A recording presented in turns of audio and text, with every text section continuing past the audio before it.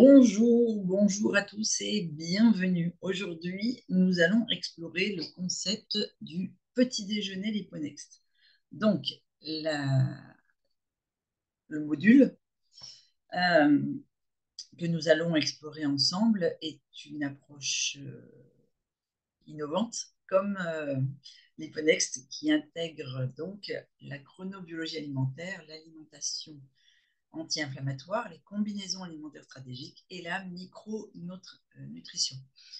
Notre objectif avec ce module est de vous montrer comment un petit déjeuner bien conçu peut influencer positivement votre santé, votre vitalité, donc votre bien-être. Allez, commençons par comprendre pourquoi choisir des aliments anti-inflammatoires est crucial pour votre bien-être et votre vitalité au quotidien. Donc, je vous rappelle, nous sommes dans le pilier 1 de l'alimentation et on va voir le petit déjeuner en adoptant une stratégie alimentaire de guérison.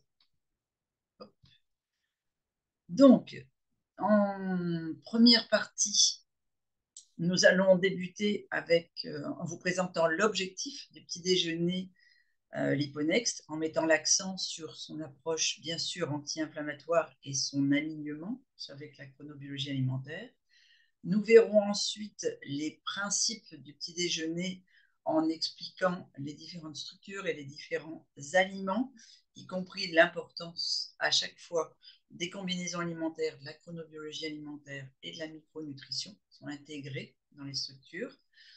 Ensuite, on partira sur les petits déjeuners Liponex, c'est-à-dire des exemples concrets de menus pour illustrer comment intégrer ces principes de ce régime alimentaire quotidien et un petit mémo final sur l'impact sur votre vitalité, des différents bienfaits que vous devrez noter tout au long de votre fabrication de petits déjeuners Liponext. Allez, c'est parti pour la première partie, le petit déjeuner. Ce qu'il est important à comprendre, c'est que le, le programme alimentaire que l'on vous propose est fondamentalement basé sur le respect de notre rythme biologique, ce qu'on appelle la chronobiologie alimentaire.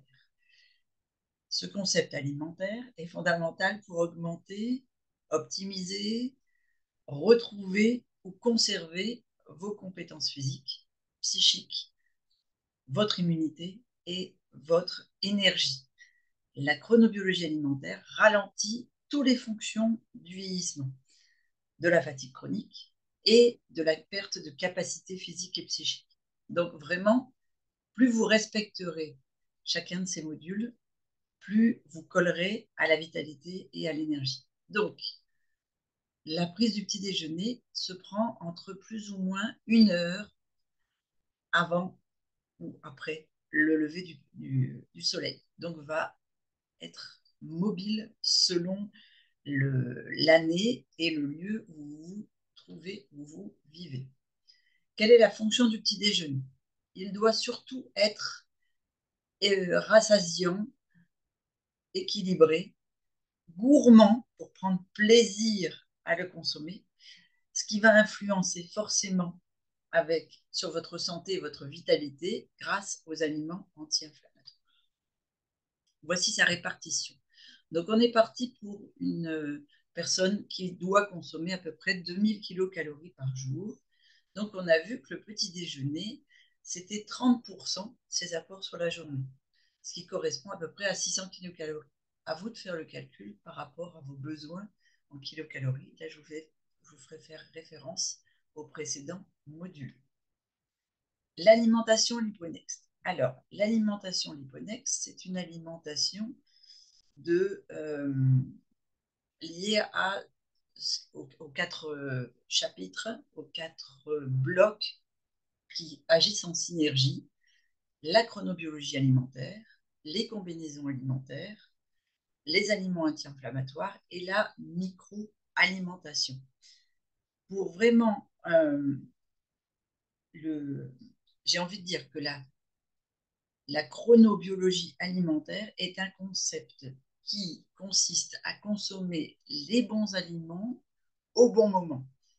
C'est vrai que ça peut paraître très simple, dit comme ça. Et bien que ça puisse paraître très simple, c'est une approche qui cache en réalité la complexité du fonctionnement du corps humain et la diversité de ses composants, notamment les microbes et les micro-organismes qui le peuplent. Je pense que euh, on a déjà, on en a déjà parlé précédemment. Alors, il est important de savoir que pour structurer votre petit déjeuner, vous avez deux structures à respecter. Soit vous êtes amateur de produits animaliers et donc vous allez prendre la structure 1. Vous allez vous baser sur la structure 1.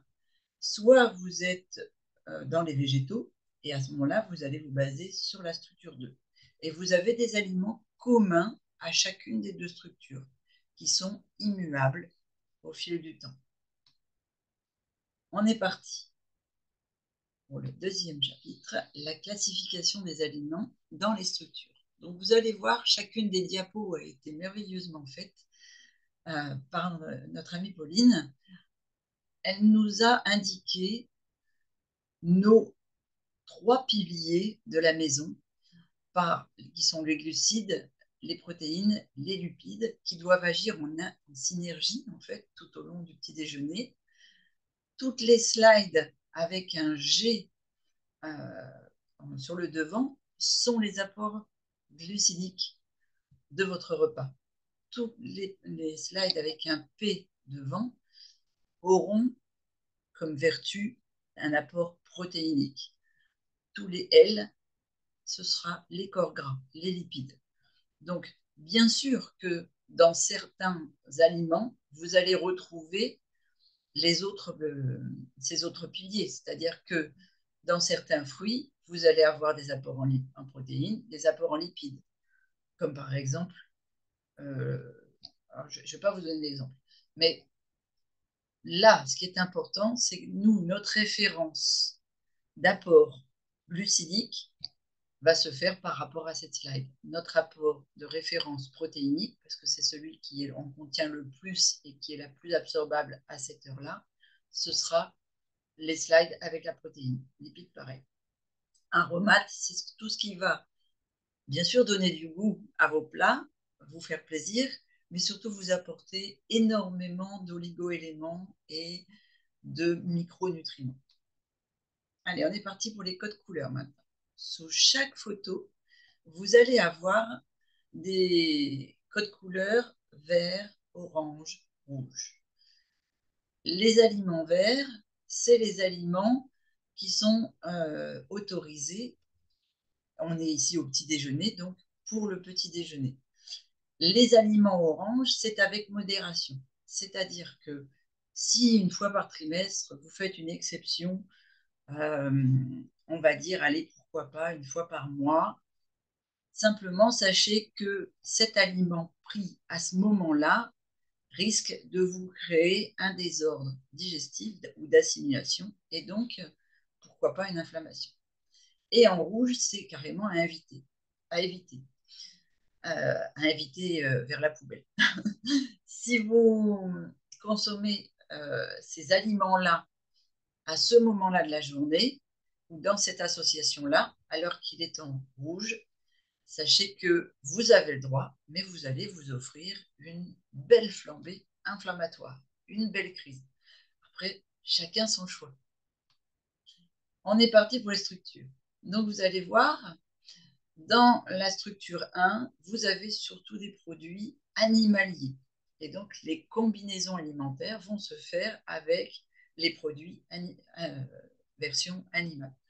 Dans la structure 2, vous avez que des végétaux. Donc, les combinaisons alimentaires sont structurées avec les végétaux. Ensuite, vous allez avoir tout un choix de boulangerie. Le matin, il est important d'avoir un apport qui soit équilibré entre les lipides puisqu'on a énormément d'enzymes qui s'appellent les lipases. Donc, il y a une grosse assimilation des lipides le matin, qui doivent être associés à des protéines pour caler la satiété jusqu'à midi et demi, 13 heures. Et on doit avoir un petit apport en glucides complexes, qu'on appelle les glucides lents dans le langage courant, ou les G++, qui vont vous permettre d'apporter de l'énergie de façon diffuse au niveau du corps, sans avoir à stimuler l'insuline, parce que vous n'aurez pas de flambée de glycogène dans le corps. Donc vous avez les pains, là vous avez une jolie photo de notre pain nordique cuit vapeur, certains pains des fleurs, et puis la cuisine, c'est-à-dire que quand vous faites des assemblages, vous allez voir que entre les pancakes à la courgette, les muffins, les gaufres, les crêpes, vous allez pouvoir vous préparer vos propres boulangeries pour votre semaine. Le pain. Alors, il y a, je dirais, une façon idéale de consommer votre pain. Le départ de la chronobiologie alimentaire, bien sûr, se trouve dans le repas du matin. Donc, forcément, dans ce module, on va aborder la meilleure façon de consommer votre pain, ou ce qu'on appelle aussi la boulangerie, en prenant compte des principes de nutrition adaptés au fonctionnement de notre corps. La matinée doit être principalement composée, je viens de le dire, de graisse, de glucides lents, d'acides aminés et de protéines en quantité limitée pour respecter notre microbiote et lui fournir les éléments, je dirais, les éléments nécessaires, bien sûr, mais surtout les éléments dont il a strictement besoin. Donc, dans ce contexte, on va s'intéresser au pain, et plus précisément au type de pain, ainsi qu'aux acides aminés et aux peptides qu'ils contiennent, donc, toutes les variétés de pain. D'accord? Les peptides, c'est quoi? Les acides aminés et les peptides, c'est des protéines partiellement digérées qui contribuent donc au maintien de notre immunité. Le pain, donc la boulangerie, joue un rôle essentiel dans le petit déjeuner parce qu'il va fournir les glucides lents qui vont nous maintenir rassasiés, je vous disais, jusqu'à midi et demi, 1 heure. Donc, ce qui est bon pour notre matinée. Et c'est important de noter que le pain, comme il a été préparé à l'avance, voyez, il est composé d'éléments fondamentaux que certains appellent l'amidon, mais c'est de l'amidon refroidi. Ça veut dire quoi? Ça veut dire que c'est un glycogène, donc un apport en sucre lent qui va être diffus et qui n'aura pas besoin de l'insuline, qui n'est pas présente le matin pour pouvoir monter notre énergie et notre vitalité sur la journée. Alors, c'est crucial de veiller à ce que cet amidon, à ce que ce glucide lent ne dépasse pas à la cuisson la température idéale qui est de 180 degrés. Malheureusement, la plupart des boulangers ou des boulangeries, en Europe en tout cas, cuisent leur pain à des températures beaucoup, beaucoup plus élevées, allant même jusqu'à 240, voire 300 degrés. Je crois même que j'ai entendu 360 degrés de la part d'un boulanger pour certaines cuissons de pain, parce qu'ils veulent tout simplement que la mie ne cuise pas et que la croûte soit craquante, que ça fasse des grosses bulles d'air.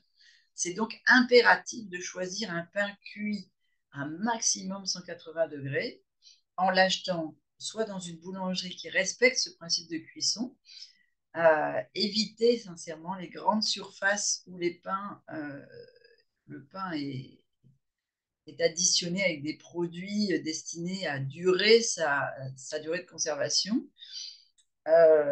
notamment de produits gras et toxiques.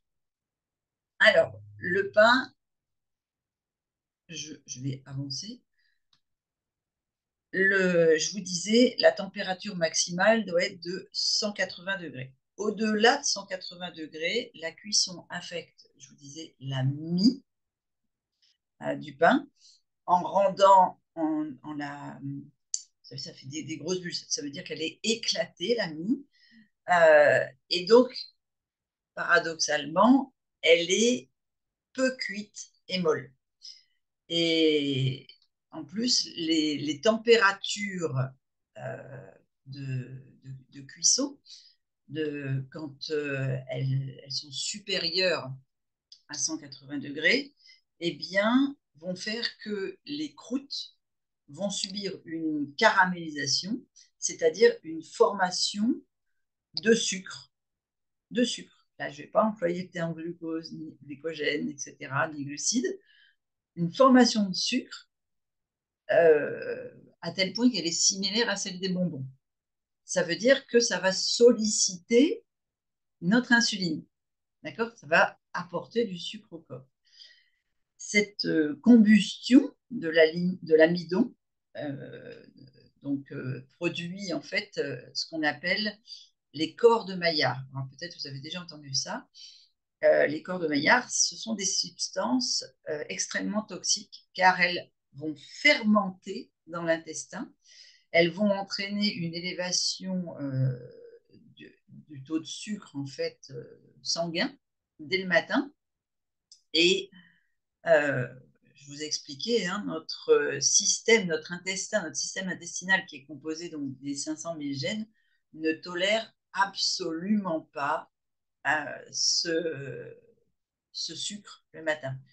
Et donc, il va faire quoi? Il va entraîner une fermentation qui va dépasser les limites de la physiologie. Et ces fermentations vont atteindre le côlon, ça va provoquer ce que l'on appelle de la putréfaction pathologique. Il est donc absolument primordial de retirer la croûte ou les croûtes des tranches de pain cuites à des températures supérieures à 180 degrés. Et pour consommer votre pain le matin, il est même recommandé, quand vous achetez du pain qui a été cuit à 180 degrés, au-delà de 180 degrés plutôt, d'utiliser ce qu'on appelle un grille-pain. En effet, quand vous allez passer votre tranche dans le grille-pain, vous allez, entre guillemets, euh, assécher la mie et la recuire un petit peu, ce qui fait qu'elle sera moins toxique. Ok. Alors ensuite, donc on est toujours sur les températures de pain, pardon. Je parle et je ne suis pas mes slides. Retirer les coups de pain, utiliser un grille-pain. Alors, l'utilisation du grille-pain, c'est pour cuire la mie, pour éviter qu'elle vous fasse un apport de sucre de, trop élevé. Euh, pour, au niveau de la mie, puisqu'elle n'a pas été cuite, en fait. Le farineux n'a pas été cuit correctement. Pour vous donner un chiffre beaucoup plus clair, que vous compreniez bien pourquoi c'est important de retirer la caramélisation de la croûte du pain, une tranche de pain équivaut à environ 6 cuillères à café de sucre, c'est-à-dire 30 grammes de sucre rapide quand vous consommez cette croûte de pain. D'accord? D'un point de vue calorique, ça va représenter une énorme quantité de kilocalories pour votre petit-déj, dommageable, d'accord? Et encore une fois, ce sucre n'est pas toléré par votre système intestinal, en tout cas à cette heure-là de la journée, d'accord, le matin. Donc, il va vous causer des douleurs abdominales et perturber toute votre énergie sur toute la journée. C'est important, ok? Si vous voulez griller votre pain, parce que vous l'avez acheté et qu'il a été cuit à une température supérieure à 280 degrés, à 180 degrés, eh bien, vous réglez votre grille-pain pendant à peu près 40 secondes à 1 minute. Ça va permettre de légèrement déshydrater la mie en rendant le pain un peu plus, j'ai presque envie de dire, rassis. Et donc ensuite, vous retirez votre tranche du grille-pain, vous enlevez les croûtes, et puis votre tranche de pain, alors, ne contiendra plus que l'équivalent d'une demi-cuillère à café de sucre, ce qui est quand même autrement intéressant que les 6 précédemment. D'accord? Donc, vous respecterez les limites tolérées par votre système intestinal, et puis vous éviterez les substances toxiques comme les corps de Maillard dont je vous parlais il y a 2 secondes, qui mettent en danger vraiment hyper important tout votre microbiote juste en ayant éliminé la croûte du pain. Ok. Ensuite, les graines, les pains aux graines ou les pains complets. Quand on consomme, alors ce qui est important de noter ici, c'est que si vous ajoutez des graines, des noix dans le pain, d'accord, cuit à 240 degrés, donc en boulangerie, pas vous, hein, bien sûr, quand vous l'achetez, vous achetez des pains aux noix, vous achetez des pains aux graines, etc., eh bien, ces graines, ces noix, ces noisettes, peu importe, elles vont se transformer toutes en caramel. Donc, ça va être comme si vous mettiez des cornflakes finalement dans votre pain, d'accord? Par conséquent, si vous souhaitez ajouter des noix, des noisettes,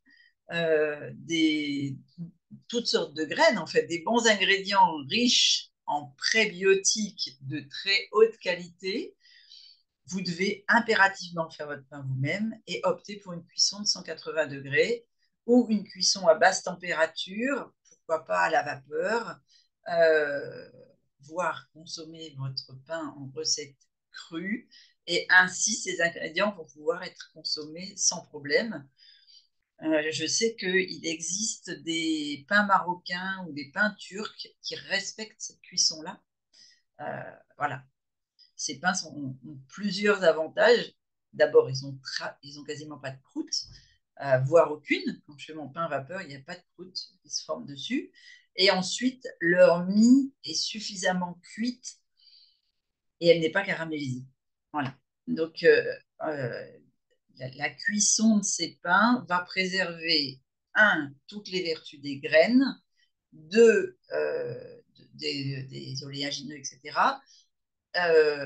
et va vous permettre une synergie qui va complémenter votre alimentation par tous les micronutriments qui vont être assimilés et digérés.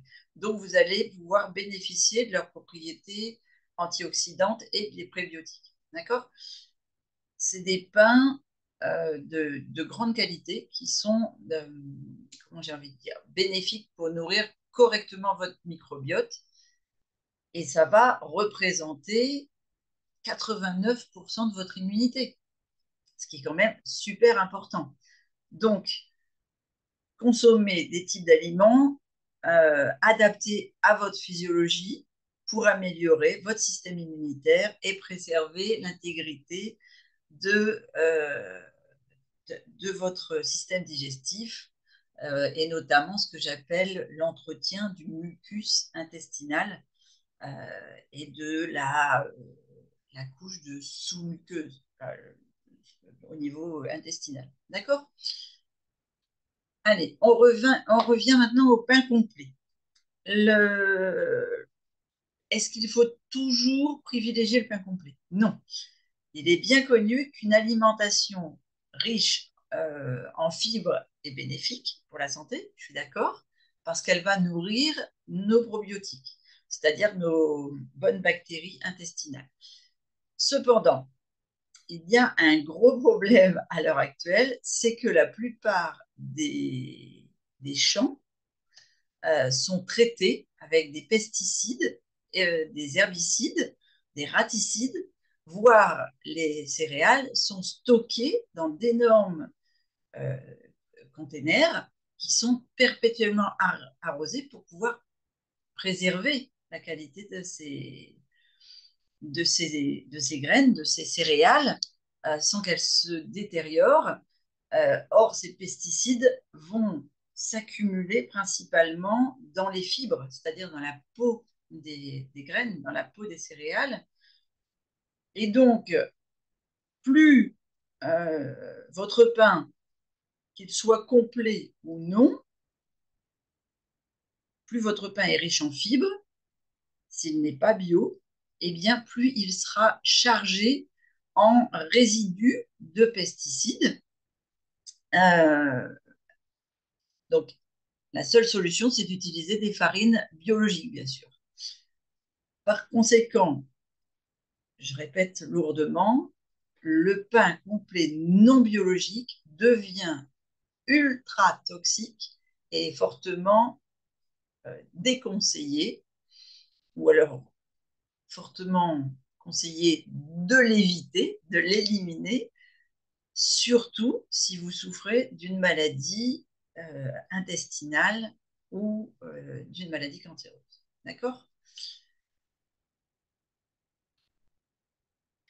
Alterner, oui. Alors, vous pouvez également opter pour une alternance entre des pains riches en fibres, des pains pauvres en fibres, notamment à base de farine blanche, parce que là, si elle n'est pas euh, bio, eh bien, elle sera moins impactée par les pesticides, puisqu'on aura enlevé la coque. Euh, et c'est sûr que bien que c'est très intéressant, vous allez le voir approcher du petit déjeuner, d'apporter des fibres à notre alimentation, en particulier pour réduire l'index glycémique de notre tartine de pain, c'est quand même sacrément préférable de ne pas les consommer de manière constante au niveau des produits non bio, surtout si vous souffrez d'une maladie grave comme un cancer ou d'une maladie cœliaque ou d'une maladie de Crohn, etc. D'accord? Parce que tous les produits toxiques que vous ingérez avec des fibres, si le pain n'est pas bio, s'accumulent dans le foie, réduisent votre immunité et c'est particulièrement préoccupant dans le cas de cancer, puisque notamment le foie est déjà bien occupé à lutter contre les effets secondaires de tout ce qui est chimiothérapie et radiothérapie quand on souffre d'un cancer. D'accord? Donc, vous avez remarqué, je fais une distinction entre les personnes en bonne santé et celles qui souffrent de diverses pathologies, d'accord, y compris les maladies graves, d'accord. Si vous êtes en bonne santé, que vous aimez les pains riches en fibres non biologiques, j'ai envie de vous donner les conseils suivants. Préparez votre pain vous-même et utilisez des farines biologiques, des farines qui n'ont pas été traitées avec des produits chimiques sur les champs, ou bien prenez des antioxydants ou des produits détoxifiants qui vont neutraliser les substances toxiques. Par exemple, pourquoi pas imaginer un pain avec de la chlorella, euh, voire vraiment, je crois que mon conseil, c'est de passer au pain bio. Et le top du top, c'est à préparer vous-même. Euh, En plus, ça vous coûtera beaucoup moins cher qu'en magasin. Voilà. Ensuite, ah oui, une dernière précision concernant le gluten. Le gluten moderne est inflammatoire pour tout le monde.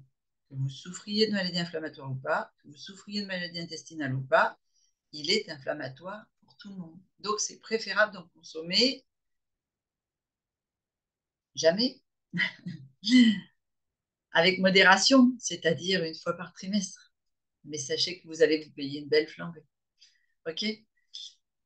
Maintenant, le pain est un aliment traditionnel qui a toute sa place dans notre alimentation, mais la modernisation de l'agriculture et de l'industrie a profondément altéré sa qualité.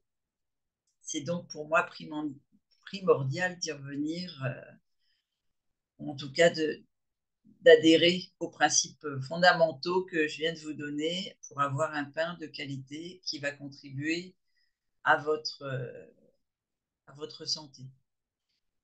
OK? Allez, on est parti. Quels apports avoir au niveau du petit déjeuner? Les sources de fibres, on ne peut les trouver ailleurs que dans le pain. Tous les légumes vont vous faire vos apports de glucides lents par le rapport de fibres, parce que je ne sais pas si vous le saviez, mais les fibres sont des glucides, et tous sont à consommer, en tout cas tous ceux qui sont là à l'écran, aussi bien crus que cuits, selon votre prédilection, selon vos envies matinales. Vous avez 2 pages et Pauline vous a mis un PDF avec la répartition des aliments par rapport au petit déjeuner juste sous votre vidéo. Le seul légume à éviter le matin, enfin les seuls légumes par rapport à la saponine, ce sont les tomates crues et cuites et les aubergines crues. Vraiment, dans cette version du petit déjeuner, évitez-le. Et puis, pas de fécule au petit déjeuner. Privilégiez les légumes feuillus, comme on vient de voir, tout ce qui est épinards, mâches, cresson, choux chinois, enfin bref, reprenez toute la liste que vous venez de voir. Vous avez toutes les salades qui sont autorisées. Hop. Vous avez tous les champignons qui sont autorisés et vous allez avoir que vous avez quelques champignons qui ont une petite étoile, pas parce que ce sont les champignons de prédilection, mais simplement parce qu'elles vont faire partie de la dernière slide. Vous allez comprendre pourquoi elles ont une vertu supplémentaire, tous nos aliments avec les boissons. Alors, il est important de boire au petit déjeuner parce que vous allez préparer la fixation de votre hydratation pour la journée. Donc, pour la journée, il est important de boire 30 fois son poids. Ça correspond en fait à 30 millilitres. Mais si vous faites 30 fois votre poids, par exemple ici pour une personne de 70 kg, ce qui est notre exemple par rapport aux 2000 calories, vous allez avoir besoin de boire sur la journée 2 litres 100 d'eau. Évitez les eaux en bouteille qui, avec les transports, etc., le plastique s'est imprégné dans le... Alors, de bouteilles en plastique, hein, oui, s'est imprégné dans l'eau. Et évitez de boire les eaux stagnantes, c'est-à-dire ne faites pas des grandes réserves et puis que l'eau, elle reste toute la journée sans bouger. Privilégiez les eaux filtrées, de fontaine, d'osmoseur, etc. L'eau vivifiée, pourquoi pas poser vos bouteilles d'eau en verre sur une fleur de vie ou avec, vous la tournez avec un aimant, etc. Et privilégiez les eaux à température ambiante quand vous buvez sur la journée. Ambiante, ça veut dire une vingtaine de degrés, peut aller entre 20 et 30 degrés. Le matin, vous pouvez consommer des eaux végétales si vous n'aimez pas l'eau pure. Évitez les produits transformés avec additifs. Préférez faire vos eaux végétales. Donc, ça peut être de l'eau avec un petit peu de gel d'aloe. Ça peut être de l'eau de coco pure. Vous savez, l'eau qui est à l'intérieur. De l'eau de légumes. Mettre des légumes à tremper la nuit pour avoir votre eau pour le lendemain. Ou bien encore des bouillons de légumes. Les bouillons de légumes, c'est la cuisson d'une eau avec, pourquoi pas, quelques légumes à l'intérieur, qui est très bonne à prendre le matin. Au niveau des thés, infusions, café au petit déjeuner, eh bien, vous allez avoir... alors, je vais revenir sur le café, mais vous allez avoir le choix entre tout ce qui est thé vert, qui est très hydratant. Vous allez avoir donc différents choix, des tisanes, des infusions, des plantes. Il y a vraiment beaucoup de choix. Maintenant, pourquoi est-ce que je vous fais éviter les boissons torréfiées, toastées, grillées, même les alternatives qu'on vous propose, soi-disant saines et pour votre santé? Tout simplement parce que le, le café est enfin le café, la boisson torréfiée est une substance très acidifiante et elle va perturber votre microbiote matinal. Donc, euh, si je parle du café, les effets du café sur notre système digestif, sachez qu'il existe des alternatives beaucoup plus douces pour préserver votre santé intestinale. Mais pour vous donner une petite idée, euh, il est important d'éviter de consommer du café torréfié à jeun. Le café vert, par exemple, est un puissant antioxydant, donc ça, il n'y a pas de souci. Mais les boissons torréfiées sont très acides et donc vont perturber la paroi de l'estomac et de l'intestin. Encore plus quand il est consommé à jeun. Et toutes les muqueuses, ça veut dire quoi? euh, les boissons torréfiées sont particulièrement toxiques, surtout pour les personnes qui souffrent de brûlures d'estomac, de reflux gastro-œsophagien ou de douleurs abdominales. Éliminez le café ou éliminez les boissons torréfiées, vous allez voir un changement radical. Imaginez-vous, quand, pour vous donner une image, vous prenez une route qui va être préparée, les ouvriers vont damer la route et les cailloux, préparer le terrain, et ils vont mettre une couche de goudron sur ce terrain vierge avant d'y couler le bitume.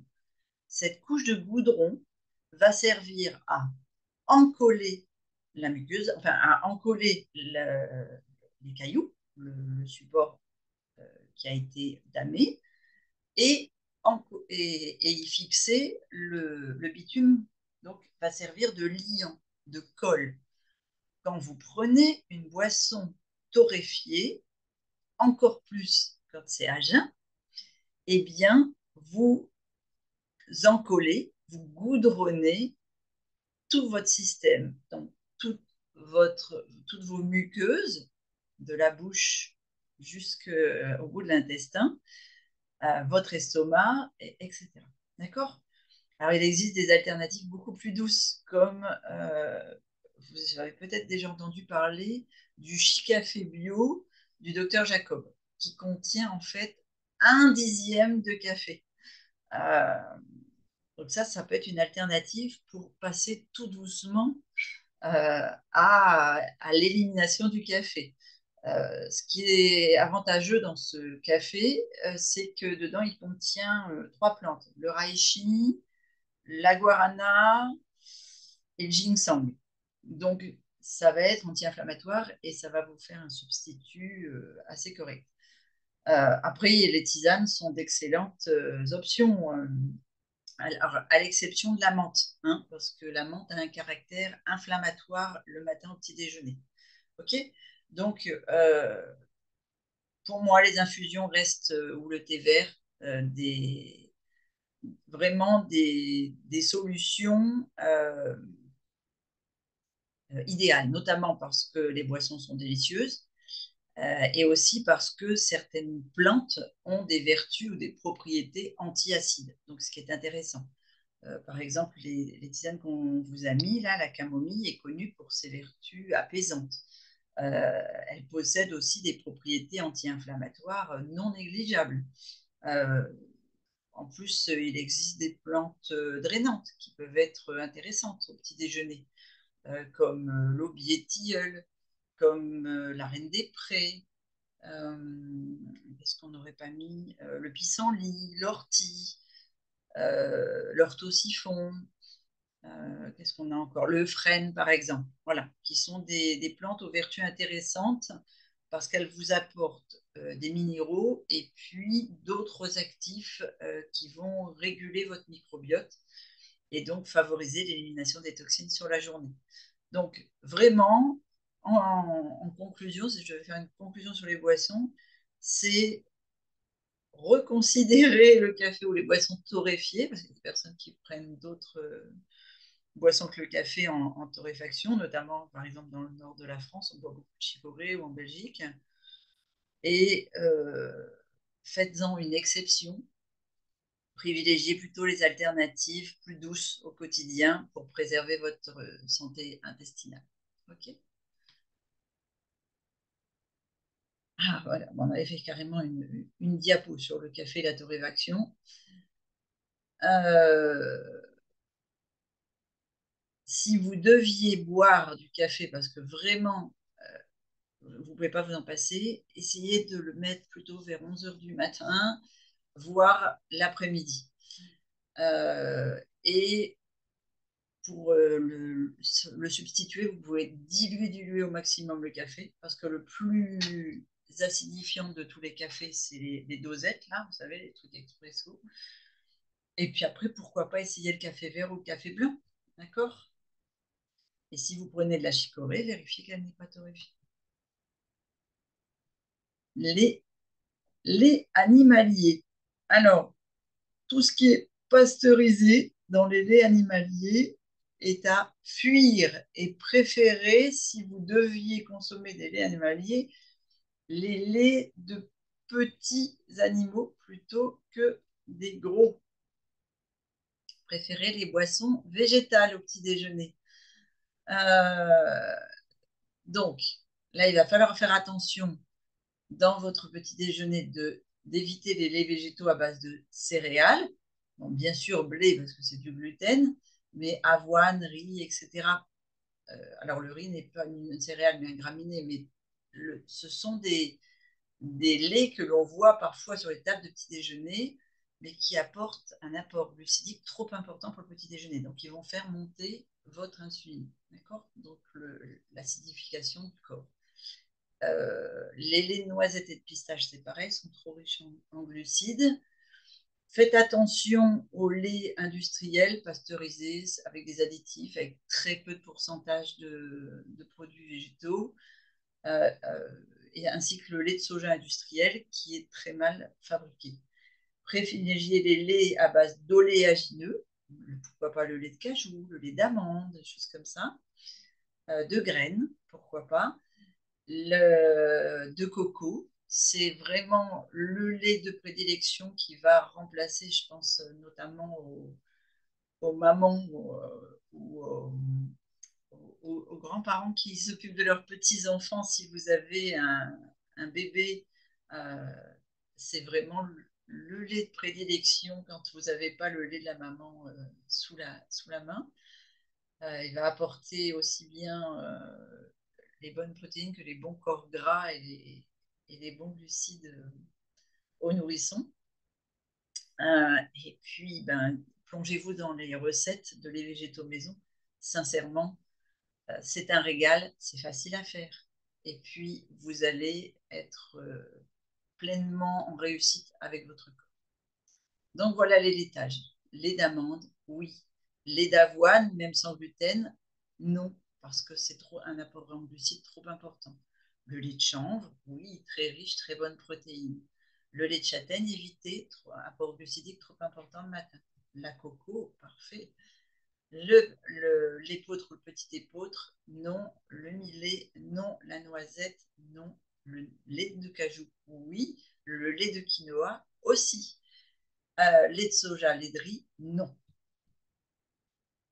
Les jus de légumes. Sincèrement, si j'avais un conseil à vous donner le matin, évitez les jus de légumes à l'extracteur en tout cas. Pourquoi? Parce que vous lui enlevez les fibres. Et puis, quand vous consommez un jus, eh bien, vous allez apporter une grande quantité de légumes. notamment là où vous mangeriez une carotte râpée ou deux carottes râpées, eh bien, dans votre jus, vous allez en mettre 5, 6. Donc, ça va faire un apport calorique qui va vous déséquilibrer votre petit déjeuner. Et puis, surtout, éviter les jus de légumes achetés, qui sont transformés, qui sont très souvent pasteurisés, donc qui n'ont plus de bonnes vertus. Peut-être si vous êtes coincé, que vous ne pouvez consommer que des jus de légumes, achetez-les en bouteille de verre et préférez ceux qui sont lactofermentés et non pas pasteurisés. Faites attention parce que j'ai vu l'autre jour de la lactofermentation pasteurisée. C'est idiot de lactofermenter pour avoir de bonnes bactéries dans son jus et après de la pasteuriser pour en tuer toutes les bactéries. Ok, privilégiez les légumes feuillus, les légumineuses germées. Comme ça va vous faire un jus très riche en protéines et en bons apports. Privilégiez les soupes de légumes crues ou cuites, les smoothies de légumes, c'est-à-dire qu'on met dans son blender les légumes dans leur entier, voire les bouillons maison. Pas de jus de fruits, on a dit pas de glucides le matin, hein, pas de fruits, pas de jus de fruits. Et maintenant, on arrive aux aliments communs. Allez, on est parti. Les farineux. Donc, pas de féculents. Zéro féculent le matin, glucides trop rapides, montée d'insuline, acidification du corps, pas de féculents le matin. Vous pourrez préférer les protéines, les farines, pardon, de nos amis les graminées, quinoa, noir, blanc, rouge, peu importe, et du sarrasin. Vous pouvez aussi vous régaler avec toutes les farines de légumineuses. Attention cependant au soja qui va être inflammatoire. Ok. On vous a mis en rouge les haricots rouges, tout simplement parce que l'apport glucidique est un peu plus élevé. Donc, le matin, ce n'est pas forcément à privilégier. Les farines d'oléagineux. Alors, l'amande, l'acajou, oui. Les autres, euh, on va vous expliquer en fait que si on l'utilise sous forme de farine, eh bien, ça va cuire je vous l'ai expliqué tout à l'heure avec le pain, ça va cuire l'oléagineux et ça va le rendre, ça va le caraméliser, ça va le rendre un peu toxique au niveau de votre corps. Privilégiez froid à la croque. Les farines de graines, ça c'est bon, elles vont supporter la température. Il n'y a que la graine de moutarde qui est inflammatoire, que l'on a mis en rouge. Sinon, toutes sont correctes. Et puis, vous allez voir que on vous a mis un petit blender ici pour certaines graines comme il y en a une autre après, il doit y avoir une deuxième page. Donc sésame, lin, chia. Et on vous a mis aussi une goutte d'eau sur les graines de chia, les graines de lin, tout simplement parce que ce sont des graines qui, au contact de l'eau, vont muciler. Donc, dans vos préparations, vous pouvez vous en servir. Et sinon, pourquoi est-ce qu'on vous a mis un petit robot de mixage? Eh bien, parce que ce sont des graines qui peuvent dégager des oméga 3, très intéressants pour le corps. Mais comme nous ne sommes pas des poules, nous n'avons pas de cailloux dans notre jabot. Et donc, nous ne pourrons pas broyer les graines de chia, les graines de lin. Et pour leur absorption en oméga 3, c'est important qu'elles soient prémoulues.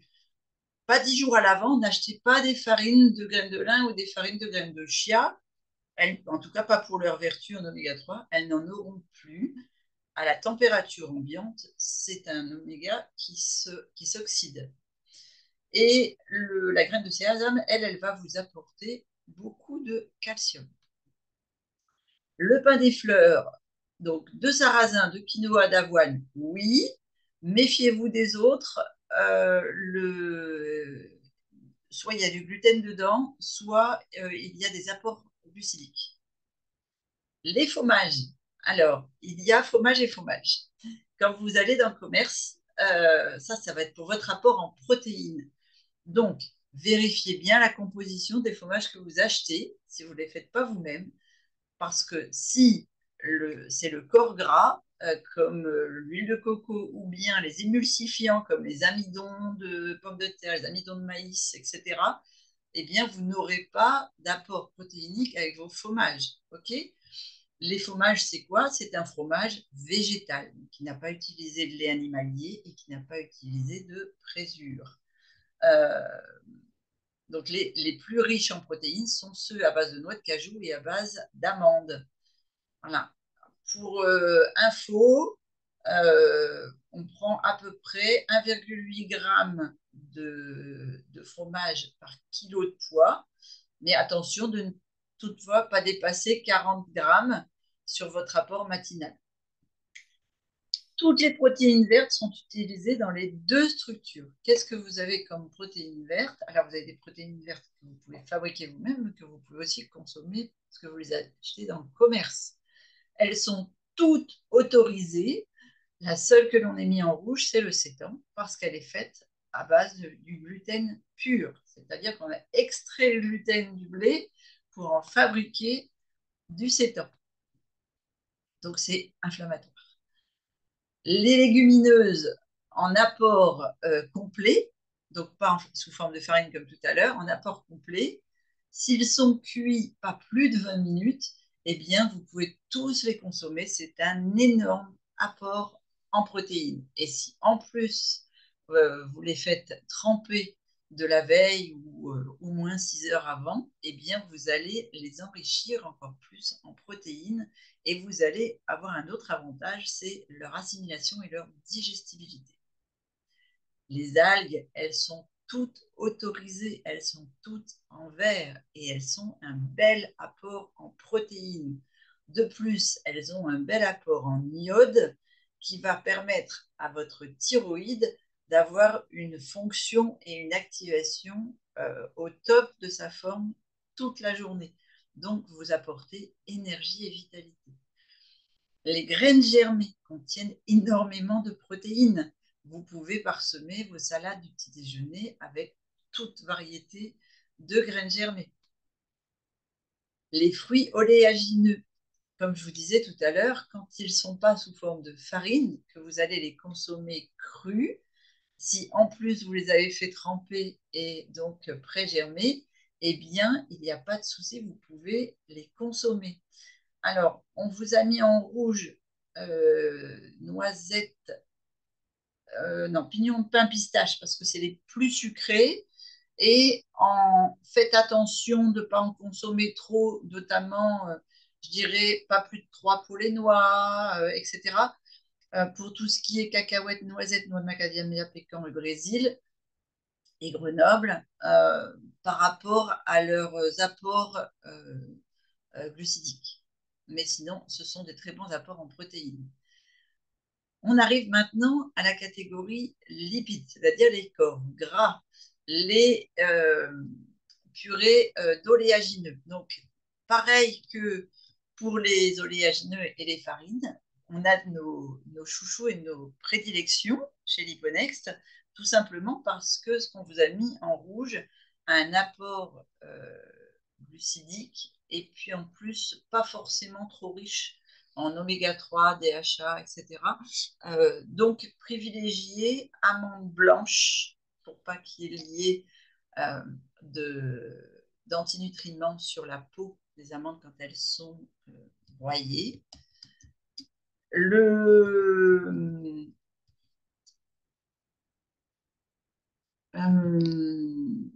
Qu'est-ce que qui est important aussi de comprendre que c'est important le matin.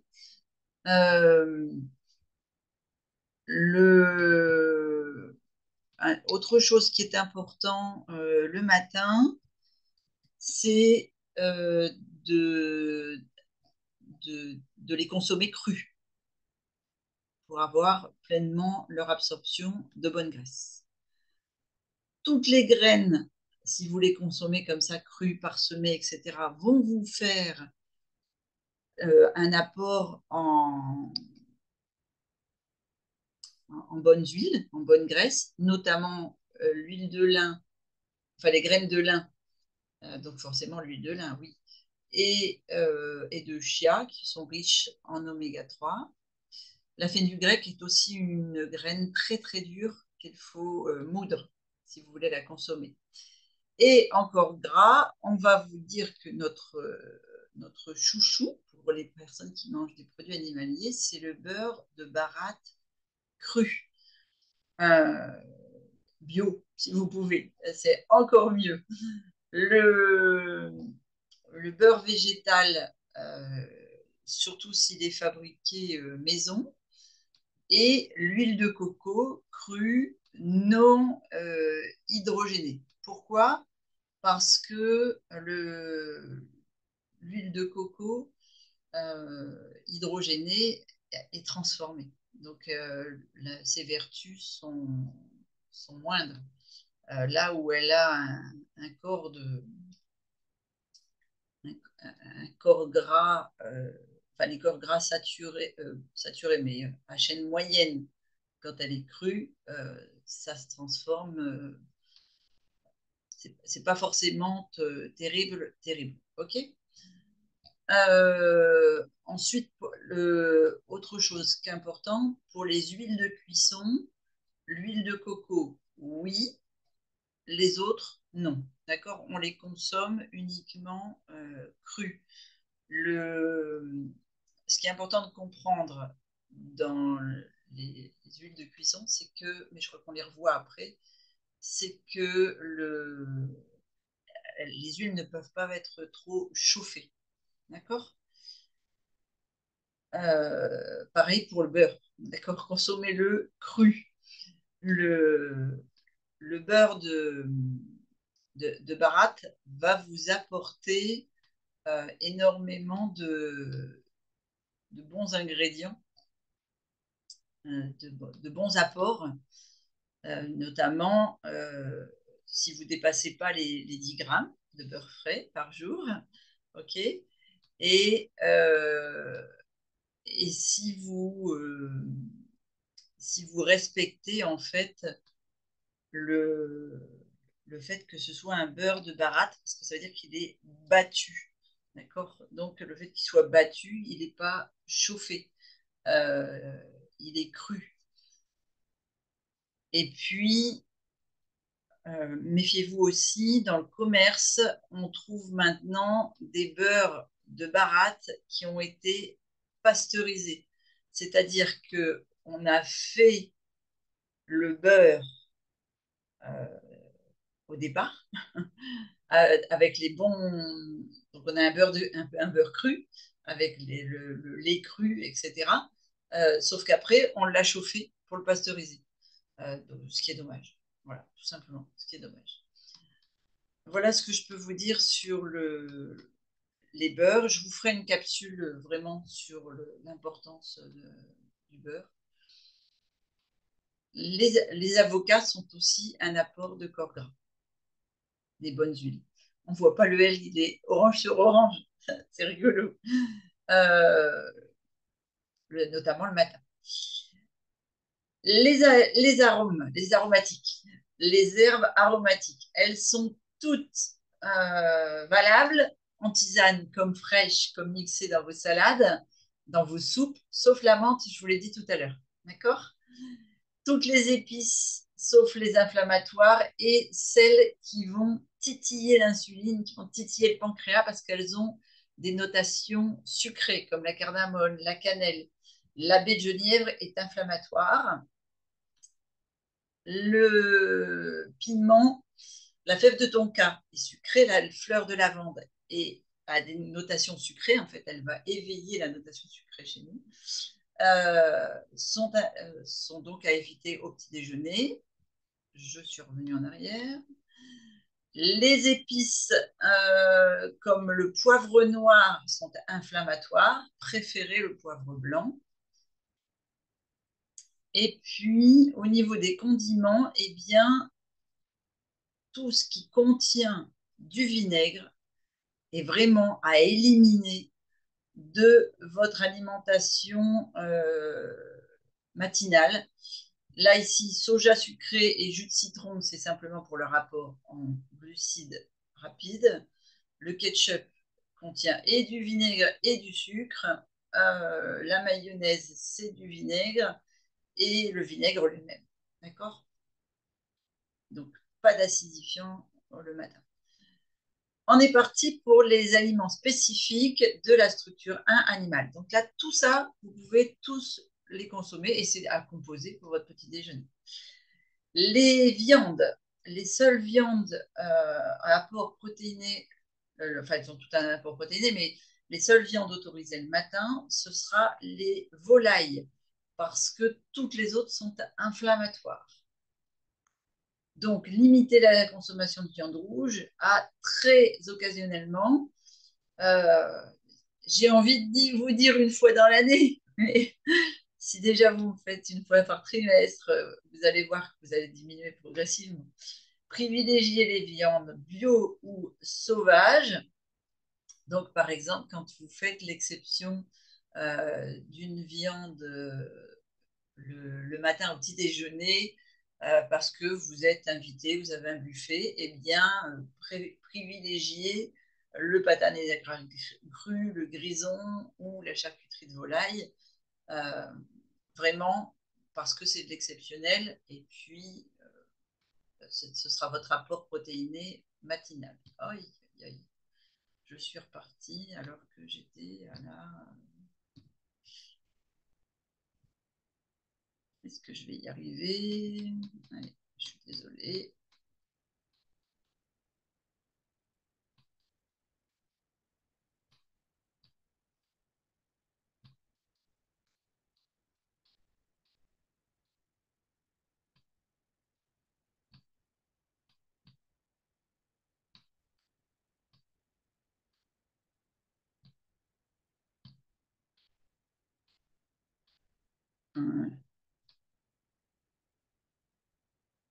Ça veut pas, hein.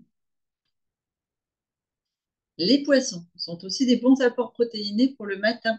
Privilégiez bien sûr les poissons pêchés en pleine mer ou d'élevage bio, tout simplement parce que leur pollution, pourquoi j'ai fait ce choix?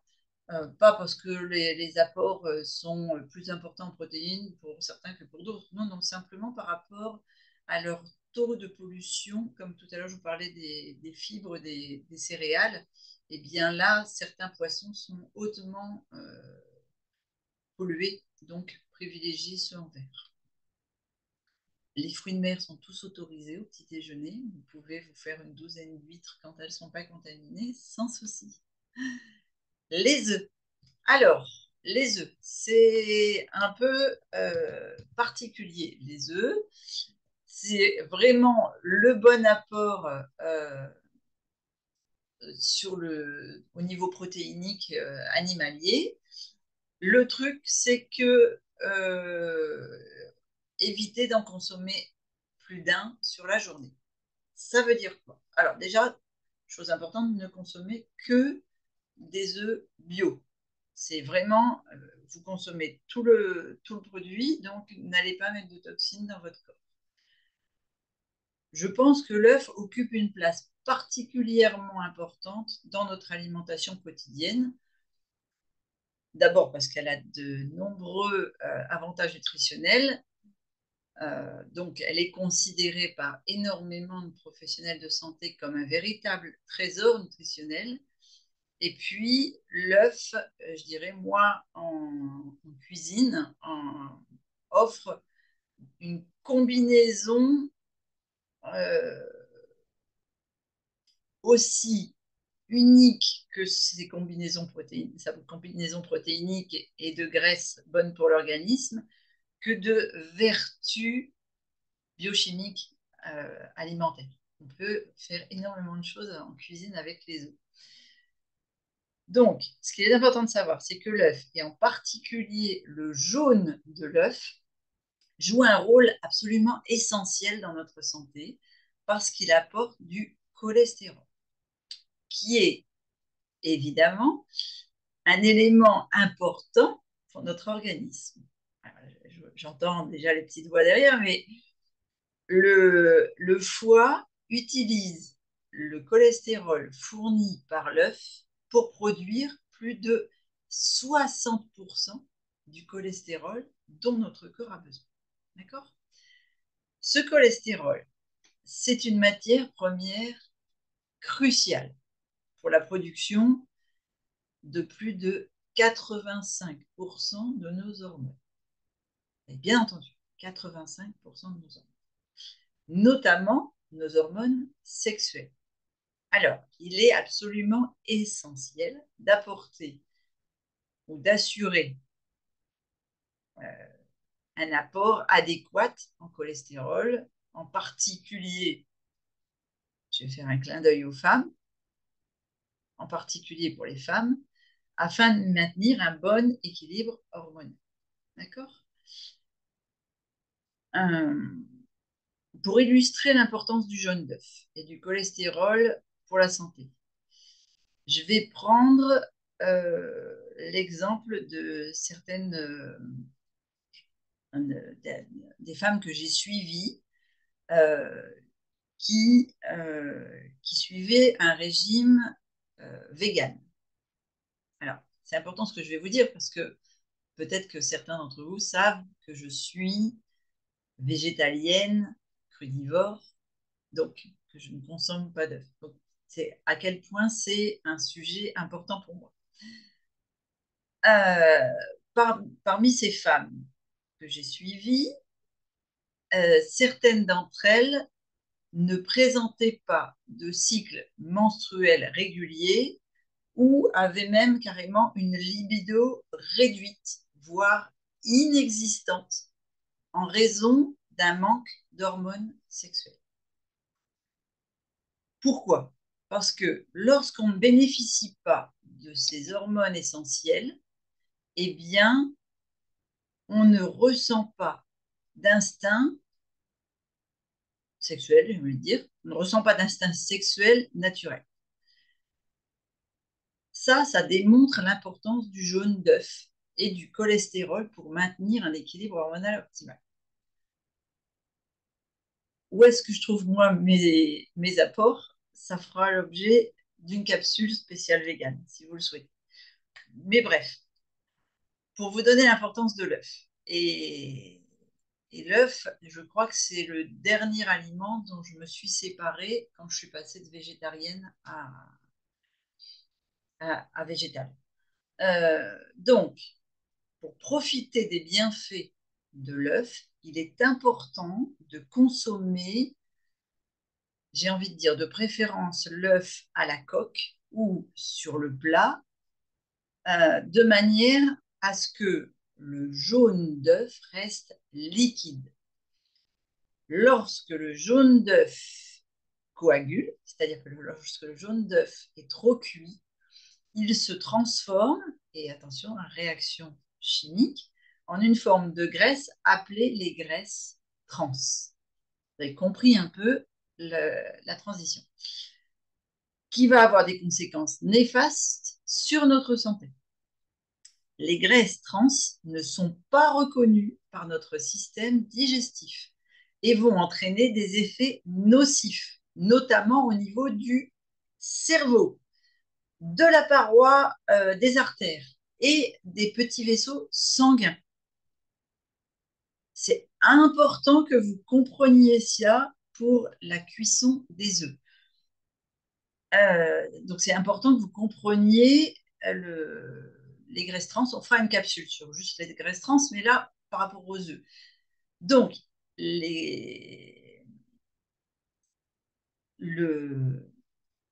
par rapport à l'œuf, donc dans le cadre d'une consommation parfaitement équilibrée, il est recommandé de limiter votre consommation d'œufs à un œuf par jour.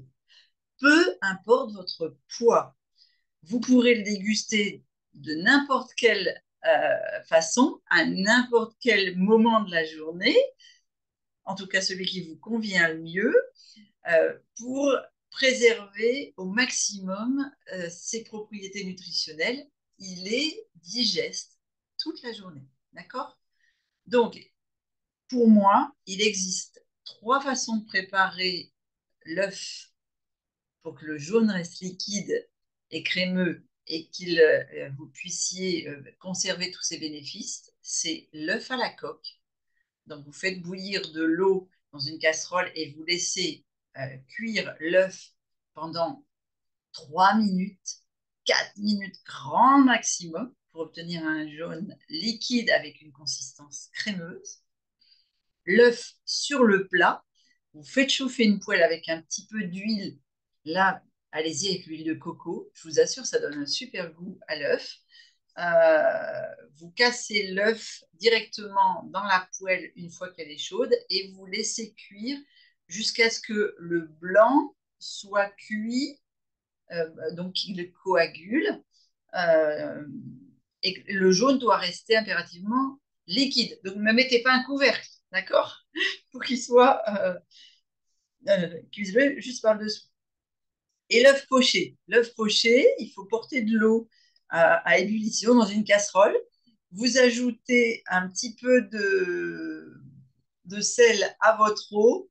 Et là, je vais vous donner un truc de grand cuisinier qui va permettre en fait au blanc de coaguler sans cuire, sans que l'œuf se répartisse partout dans la casserole.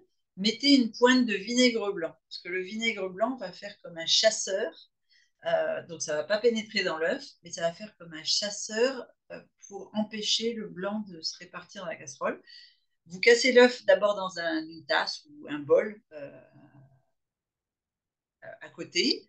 Et alors que vous allez remuer l'eau avec une cuillère, eh bien, vous glissez directement l'œuf dans l'eau en ébullition au milieu. Alors, elle doit être en ébullition, mais ça ne va pas des gros bouillons, d'accord? C'est juste des petites bulles. Vous le laissez cuire 3 minutes et puis vous le retirez à l'écumoire. Vous allez voir que le blanc va être bien pris et le jaune sera hyper coulant. Et puis vous allez avoir un joli œuf bien formé et pas réparti partout dans la casserole. Voilà. Donc si vous préservez le jaune d'œuf liquide, grâce à ces méthodes de cuisson, par exemple, eh bien, vous allez pouvoir profiter de ses propriétés nutritionnelles et bénéficier des graisses, des nutriments essentiels, etc. D'accord? Et puis, il y a autre chose, c'est important que votre œuf soit frais. Euh, Ça joue un rôle crucial. Le jaune d'œuf se détériore, euh, perd de ses vertus en cholestérol au bout de 10 jours et perd totalement de ses vertus nutritionnelles après 30 jours. Donc, consommer plutôt des œufs frais, c'est préférable. D'accord? Donc, conclusion, l'œuf est un aliment précieux pour votre santé grâce à sa richesse en protéines, grâce à ses graisses bénéfiques, et puis il fournit vraiment un apport important en cholestérol pour votre production hormonale. Voilà. Les fromages. Alors, les fromages ou même les produits laitiers, j'ai envie de dire. Euh, les, les fromages, évitez tout ce qui est pasteurisé. Évitez les pâtes molles à croûte fleurie ou naturelles à croûte lavée, à pâte filée, à pâte fondue. Ça, moi, je les supprimerais totalement de l'alimentation. Évitez le parmesan, le fromage de vache à pâte pressée, crue ou cuite, c'est-à-dire consommez-le pas plus d'une fois par trimestre. Privilégiez, si vous êtes dans les fromages animaliers, les fromages au lait cru de brebis, de chèvre, vous voyez, de petits mammifères. Et comme les fromages, ne dépassez pas les 40 grammes. Et si vous avez consommé du fromage, ne consommez pas du fromage, d'accord? Ne me faites pas un duo apport protéinique. Les huiles crues, eh bien, là, vous pouvez avoir l'huile de foie de morue, l'huile d'avocat. Donc, alors attention, celles-ci sont absolument pas à chauffer, hein, mais donc l'huile de cameline, l'huile de chia, l'huile de coco, l'huile de colza, l'huile de foie de morue. Uniquement dans la structure 1. On est d'accord? L'huile de foie de morue est un produit animalier. L'huile de lin, l'huile de noisette, l'huile d'olive.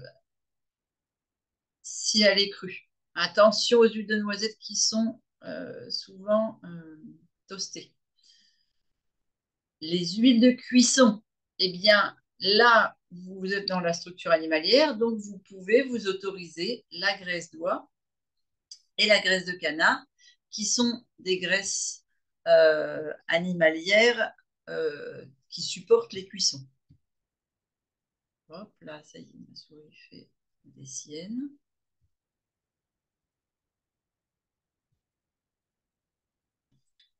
Ah, j'ai pas avancé comme ça, sans souris. Allez, on passe maintenant sur des exemples de petit déjeuner en structure 1. Donc, du pain cuit à moins de 180 degrés, un demi-avocat, un œuf, donc pour la part de lipides, pour la part de protéines, des graines germées et pourquoi pas de l'eau de coco. En deuxième exemple, vous avez un pain que vous avez acheté dans le commerce à base de sarrasin, par exemple, une petite épeautre ou de légumineuses, de l'huile de lin, un morceau de fromage, de la salade et un verre d'eau. Hop, trop vite. Troisième exemple, toujours du pain du commerce mais sans la croûte, des sardines, de la mâche ou une salade et un thé. Quatrième exemple, des crêpes que vous auriez faites vous-même, donc des galettes de sarrasin par exemple, de l'huile d'olive pour la cuisson, un blanc de poulet et puis des champignons et une infusion. Et en cinquième choix, des pancakes avec un morceau de saumon, un yaourt végétal, des herbes et une boisson que ma vidéo cache. Vous allez les retrouver dans les documents PDF à télécharger. Structure 2. Donc, on part sur les mêmes sources communes, sources de fibres, boissons, aliments communs, et on part sur les aliments spécifiques de la structure 2. Pareil que pour la structure 1, zéro fécule, zéro féculent le matin. Les farines sans gluten, exactement comme de l'autre côté, une avoine sans... En fait, non. Là, vous ne pouvez pas mettre des farines de céréales avec les produits animaliers. Là, avec les produits végétaux, vous pouvez vous y autoriser. OK? Donc, avoine sans gluten, petite épaule, sorgho. Les huiles, vous avez les mêmes huiles que côté animalier, crues. Et par contre, tout ce qui va être huile animale va être supprimé. Et donc, vous avez l'autorisation en vert, toutes les huiles que l'on vous a mis en vert pour les huiles crues.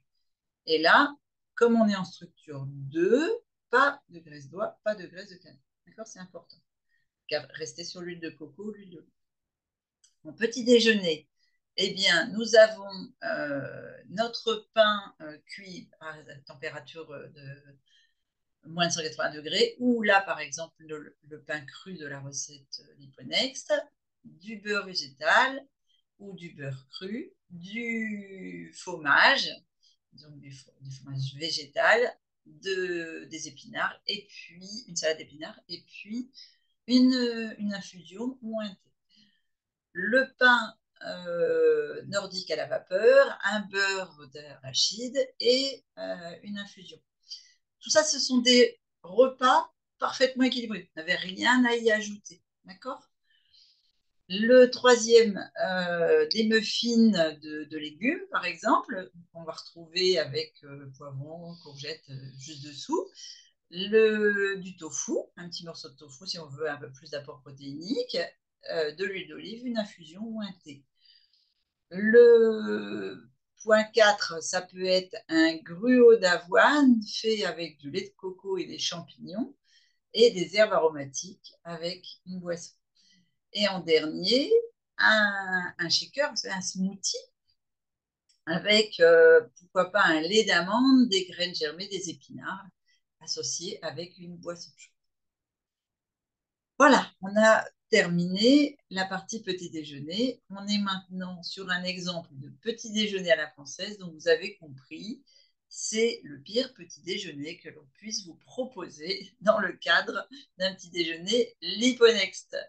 Les œufs sont trop cuits, les céréales à foison pleines de gluten ou de sucre, des fruits, des confitures, du chocolat. Ce petit déjeuner est absolument terrible pour votre inflammation, pour votre chronobiologie alimentation et donc pour votre système immunitaire et votre vitalité. Voici des petits déjeuners Liponext. Ceux-ci sont de structure 2. Donc là, on a par exemple une salade d'édamame avec des légumes marinés au tamari que j'avais préparé de la veille. Une galette de sarrasin que j'avais farcie avec des épinards. J'avais fait, je crois, un houmous de graines de tournesol au curcuma, des champignons marinés et du fromage. Du porridge de champignons curcuma dont on a vu la structure tout à l'heure. Et un pain nordique à la vapeur avec de la purée d'amandes crue. Toujours en structure 2. Alors, vous allez pouvoir trouver des structures 1 uniquement si vous les faites vous-même. Quoique, il me semble que Pauline avait mis aussi des recettes de petits déjeuners avec du fromage. Muffins de légumes, la recette est dans l'appli. Des recettes de fromage, des fromages de noix de cajou euh, du commerce avec une jolie salade de couleurs et du pain cuit vapeur, le pain nordique cuit vapeur, et des olives pour l'apport de gras, un porridge de champignons, un au curcuma, un sans curcuma, du pâté de lentilles à mettre sur un pain cru ou un pain cuit vapeur. Je vous ai mis aussi une recette de gaufres aux épinards que j'avais cuisiné là avec des algues pour le petit déjeuner, de la faisselle végétale aux herbes, des pancakes de courgettes, des avocats remplis avec du tartare d'algues pour l'apport en protéines et des graines germées. Et voilà, on a terminé notre partie petit déjeuner. Je vous ai fait un petit mémo récap. Euh, il n'y a peut-être pas toutes les infos parce qu'il a été très riche, mais donc l'alimentation matinale revêt une importance cruciale pour votre santé. La règle d'or, vraiment à retenir, c'est pas de sucre rapide, pas de glucides avant 13 heures. C'est primordial en chronobiologie alimentaire de retenir ça. Privilégiez les modes de cuisson douce.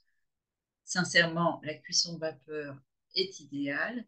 Privilégiez les sucres glands, les graisses, les acides aminés le matin pour alimenter votre cerveau, vos muscles et vos mitochondries. Vous avez bien compris que c'était le petit déjeuner qui allait enclencher la journée. Limitez autant que possible votre consommation de gluten, surtout si vous souffrez de pathologies graves ou chroniques. La température de cuisson idéale du pain est de moins de 180 degrés. Sinon, il faut impérativement éviter les croûtes caramélisées qui provoquent, qui contiennent des substances toxiques. Privilégiez les légumes frais, voire légèrement cuits à la vapeur. Choisissez un beurre fabriqué à partir de crème crue si vous êtes dans le beurre non végétal, un beurre bio, un beurre de baratte. Euh, je crois que je vous l'ai dit tout à l'heure, mais c'est parce que l'acide butyrique présent dans le beurre fournit de l'énergie à vos cellules intestinales. C'est pour ça qu'il est primordial le matin. Et il nourrit les bonnes bactéries de votre microbiote, ce qui fait que vous allez ainsi réduire l'inflammation de votre intestin, si jamais il a eu une crise pendant la nuit, par exemple. Ça va vous permettre de renforcer votre système immunitaire et améliorer votre sensibilité à l'insuline. Vous savez, quand on a un souci de prédiabète ou de diabète, et ainsi réguler votre glycémie et favoriser votre satiété. Utilisez l'huile d'olive. Alors, le beurre cru peut être mis comme ça sur les légumes cuits vapeur, juste posé comme ça, une noix de beurre. Il ne faut pas excéder les 10 grammes non plus. Hein.